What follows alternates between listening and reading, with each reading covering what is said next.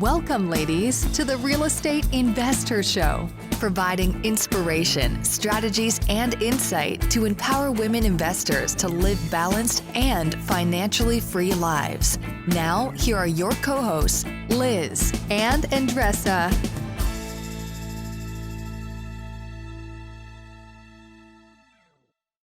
Welcome back, ladies. This is Liz. And this is Andresa. Welcome back to the Real Estate InvestHERs Show, where we are on a mission to empower women to live a financially free and balanced life. And Andresa always likes to say, whatever balance, right, means to you.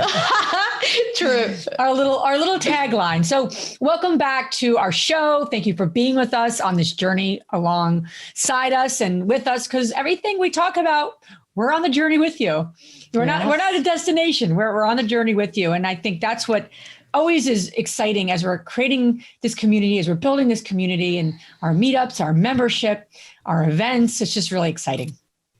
So today's episode, we have a minisode. So I got to get to the point here. Our minisodes are always 10 minutes or less. And we kind of talk very fast and we get as much as we can in, right? In 10 minutes. So what are you going to talk about today? So what is around the corner? 2021, as we all know. Thank goodness. Thank goodness. And I know this has been a heck of a year, in a year that none of us expected for so many different reasons. And it's impacted people in so many ways, emotionally, physically, mentally, spiritually.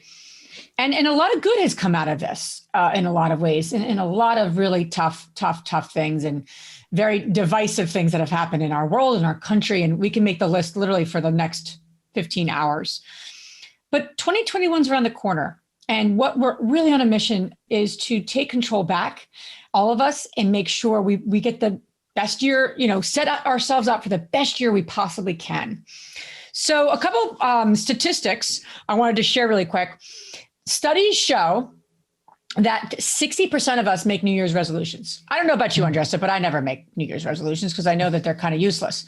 But a lot of people do. Mm-hmm. Yet only 8% of that 60% actually achieve them. Wow. 8%. So that's really low. So we want this minisode to change that trajectory, change that percentage. So you set yourself up for success. What's the secret sauce? Tell us. So secret sauce. All right, I'll get to it. So number one, before you can look forward and plan for next year, you have to do a year in review.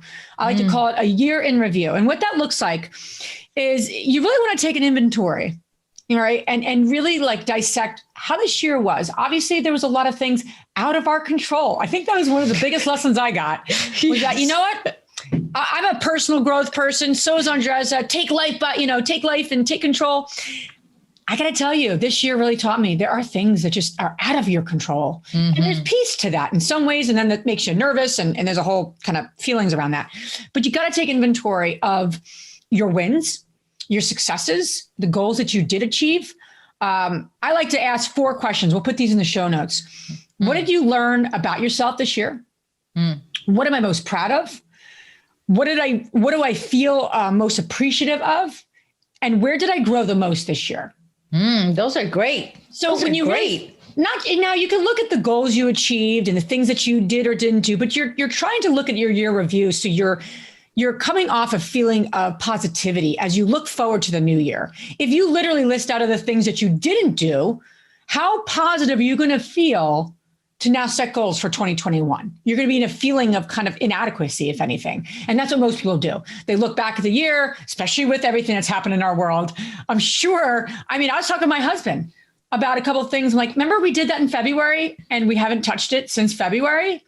And I don't think I'm the only one, So, no, absolutely not. So you have to really look at your year in review in a positive way. Now, I'm not just saying, look, rosy color glasses and don't really get honest with yourself, but get honest and leave on a sense of feeling appreciative and a feeling of what did I do? What did I learn? Okay. I'm not someone who likes to just make up the past, but you got to really get clear on that and feel good about it. So after you've gotten clear on kind of what's happened and what you did achieve, and also what you want to change personally and professionally, now you can look forward to 2021. Before you get into anything else, I want you to list out your priorities and your roles. So what most people end up doing is they start achieving goals. They start setting goals. I want to lose weight. I want to earn more money. I want to, fill in the blank. But yet it may not be connected to really what's most important to you, or really the roles that are most important to you. So before you get into actually anything like, specific, I want you to list out what are your priorities. Priorities, what's very powerful about priorities is that it's not like, okay, these are my 7 priorities and they're all equally weighted. Priorities don't work that way. Priorities actually work. This is 1, this is 2, this is 3, this is 4, this is 5, this is 6. Oh, so that's what priority means. Yeah, I know. Just to let everyone know. Because what ends up happening, right, Andresa, is that we have competing priorities all the time. That is true. And then we don't feel peaceful. We are like, oh, I got to get back to this. I got to work out. Should I spend the hour this morning? We have so much going on, right? With what we're up to. I literally have a laundry list of things that I wanted to get done 2 days ago that I haven't gotten to. And I said, I can either get up early like I do and work, or I can go to the gym with my mask. I have to run now with the mask. Everyone's wearing a mask, which is very, very good. But I'm like, I don't know if I can get used to this, but it's great. I just run with my mask. But anyway, point being, you gotta make the priority. My health comes before my work. That's a priority. Because sometimes I put work before everything else. So my point, list out your priorities and list out your roles. What are your roles that are most important to you? Mom, wife, friend. We don't even think about our roles when we goal set, which is a problem. We have all these goals and you're like, what's your intention with being a mom next year? I don't know. Right. Sometimes you just focus on real estate goals and the number of doors and houses that we want to purchase or sell or the deals, right? Yeah, absolutely. And our mission is to help you create that financial freedom, keep that financial freedom, grow your wealth, but most importantly, do it in a balanced way. That's why we literally spend the energy, time, and focus on building what we're building here with all of you. So that would be hypocritical for us to say, don't look at your roles, so that's important. So priorities, roles. Now, next thing is I call it step 3 is really, you want to look at 4 things. You want to do 4 things with thinking of each priority and role in mind. You want to create a vision. You want to create a goal. Then you want to create a strategy, and then you want to create action steps. So some of you are like, whoa. Break that down. Dissect that. Dissect that down. So again, what most people do that I don't really particularly think is effective is they just set goals. Before you can set a goal, you got to really get connected to the vision that you have. So if I think about my priority in my health, I see myself in a beach house on the beach. Obviously, a beach house on the beach, but you can have a beach house that's not on the beach. I see myself on a beach house right on the water. Yeah. I see my grandkids playing in the pool and me playing with them. I'm getting emotional. So if I see that's vision, how connected you are with that's right. And if I see that, then I can get connected to what I want. And then the goal, because I have an example, getting teary-eyed, participate in a full marathon by next December. Now I've done one marathon. That was many years ago. That was when I turned 30. Jesus, that was over a decade ago.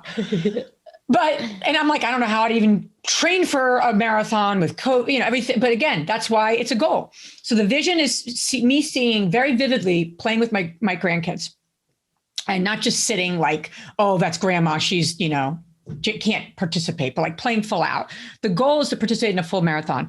So then the goal is specific, just like we know, you want to get specific. You want to have that kind of like idea in mind. The strategy, which most people, again, forget to do, they set a goal and they never set an actual strategy on how to achieve that goal. They think by osmosis, it's just going to happen, right? That's not how it works, I hate to tell you. Now, your strategy can change. Your strategy can evolve. That's the beauty of strategy. But you need to at least start with something. So my strategy is think of strategy this is the how. How are you going to achieve the goal? The people, the tools, the education, the network. What about the how can get you to that goal? Again, most people don't answer that question. And quite honestly, they don't achieve the goals they want because of that reason. I think it's lack of vision and lack of strategy. Most people know how to set goals. So for me, I wrote, enroll my friend Amanda, book a date and a time, late fall. That's what I wrote for strategy for now. Now that might evolve. Action steps. Action steps is the last thing. What are those tiny steps that you can take in the next month to move you towards the vision. Obviously, I'm not buying a beachfront property right now. I don't have grandkids. My kids are 7 and 3. Obviously, they're not going to have kids anytime soon. That's obviously not happening anytime soon. However, that's the big vision. So now what can I do in January? I'm going to create a running plan for January. That's it. Right. So I'm not going to be like, I'm going to run 19 miles every day for the next year. Okay. Because that would not be setting myself up to succeed. So the key here is for every priority and every role. And this is some homework here. I'm not letting you off easy, like, oh, set 3 goals. No, this is intense work. But if you do it, you're going to have the best year you possibly can have. So number 1, set your vision for every single one of these, for every single one of your priorities and your roles. Create the goal you want. One main goal is all you need. Then think about and brainstorm some strategy. How are you going to get there? I want to buy a 50-unit apartment building. Great. What's the how around it? Okay. And then the action steps. And I would keep action steps to the next 30 days, and then that's going to evolve. The last thing I'll end on is the key to how to prepare for your best year and how to have the best year. Lastly, is that you need to look at this on a monthly basis, even weekly basis. And I don't always do that. I need to get better next year in doing that for myself. But the more you look at this, the more it's going to come to life and you can course correct. What should I continue doing? What should I start doing? Wow, I haven't looked at that in a while. You got to keep this in. It's not like, oh, 1 year I'm going to sell these intentions. And this is a lot of work I'm giving you. So it would behoove you not to look at this on a monthly, even weekly basis and just say, okay, what can I celebrate? What can I tweak? And that's it. That's what I got for you today. Oh my gosh, that's awesome. And we have a surprise for all of you guys that are listening right now. We are preparing a workshop called The Best Year Yet. It's going to happen in December, on December 14th, 15th, and 16th.